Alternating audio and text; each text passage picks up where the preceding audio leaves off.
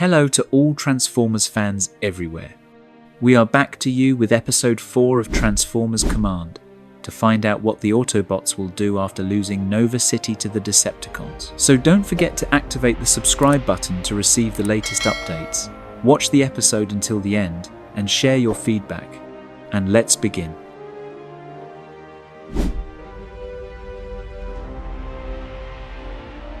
The episode begins with a scene in Iacon, the capital city of the Autobots.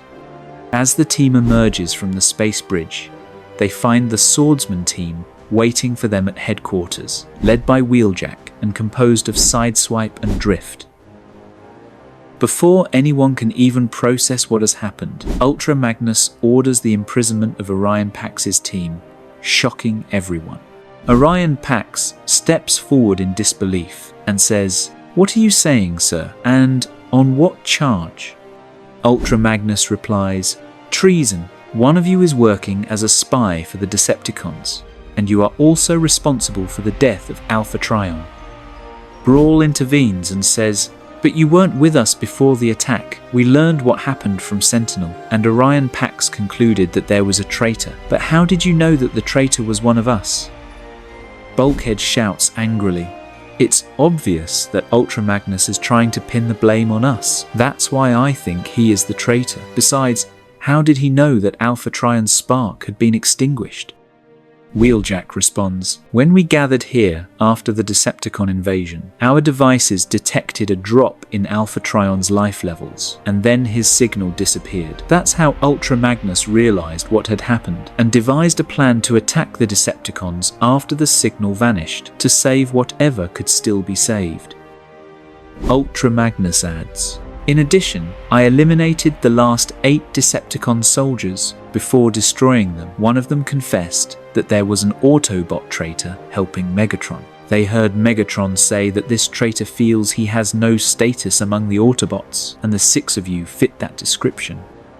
Orion Pax says, "Commander Ultra Magnus, how can you say such things? What exactly are you implying?"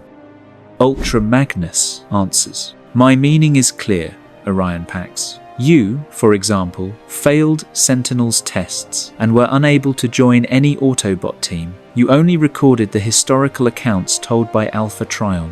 As for Bumblebee, Bulkhead, and Brawl, after being expelled from their teams, they became useless to our ranks. Whirl was once a Decepticon, which is evidence against him, and Ratchet, over time, has become useless in the lab for developing our technology and medical equipment. All of this makes you outcasts within the Autobots." Hot Rod laughs and says mockingly, "Yeah, you're nothing but worthless outcasts among us." Bumblebee punches Hot Rod, knocking him to the ground. Hot Rod gets back up, smiling. "If you want to play outcast, come on." Bumblebee moves to attack him, but Bulkhead grabs him and says, "Stop it, Bee." Hot Rod continues provoking Bumblebee. "You're doing this, Bee, because you want your position back, the one I took from you, and you were never worthy of it anyway, leader of the scout team." Sentinel shouts, "Enough of this madness. What is wrong with all of you? And by the way, Ultra Magnus, who gave you the authority to give orders here?" Ultra Magnus replies, "After the death of Alpha Trion, we must choose a new Supreme Commander of the Autobots. And since I was Alpha Trion's right-hand bot, I am the most qualified to lead the Autobots after him." "That is unacceptable, Ultra Magnus." Everyone turns to see Inspector Dropforge, leader of the police team, entering the base, followed by his team, Blurr, the speed specialist, and Jazz, master of sonic combat. Dropforge continues, "The selection of the Autobot Supreme Commander must be approved by all Autobots, or at least by a majority, through elections. But before that, we must resolve the issue of the traitor." He adds, "Orion Pax, you and your team will be subjected to interrogation and investigation to ensure justice." Orion Pax replies calmly, "Very well, sir. I agree. I trust your judgment." Suddenly, the headquarters doors burst open, and Elita 1, leader of the female team, strides in firmly, accompanied by Arcee, Chromia, and Windblade. Elita 1 speaks with anger and resolve. What is this nonsense? How can you accuse anyone of treason without solid proof? And what logic makes you believe that someone as noble as Orion Pax could be a traitor? Dropforge responds calmly but firmly. These are not random accusations, Alita. They are suspects. Until their innocence is proven, the law is clear and we cannot bypass it. Alita 1 steps closer, locking eyes with him, and says boldly, "If you are committed to the law and will conduct an investigation, then I will personally interrogate Orion Pax. I won't allow anyone else to mistreat him." Before Dropforge can respond, Ultra Magnus interjects sternly.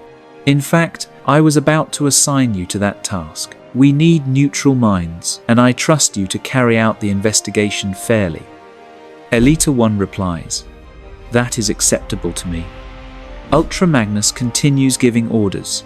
The investigations will be divided as follows. Alita 1 will interrogate Orion Pax. I will interrogate Bulkhead. Hot Rod with Bumblebee. Wheeljack with Brawl. Dropforge with Ratchet. And Sentinel with Whirl. Each of us will conduct our interrogation separately, and the results will determine the truth. Dropforge orders Orion Pax's team. Proceed to the interrogation rooms. RC turns to Alita 1 and says worriedly, "Do you really think one of them could betray us? That's impossible, Alita. I know them all." Alita 1 places her hand on RC's shoulder and answers confidently, "I don't believe it either, but we must be cautious. Only the truth will clear them, and justice is what we seek." The group then disperses to begin the investigations.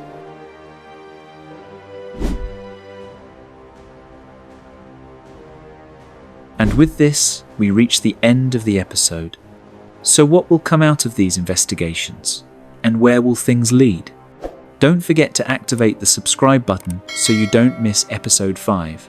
And tell me in the comments who you think the traitor is. See you in the next episode.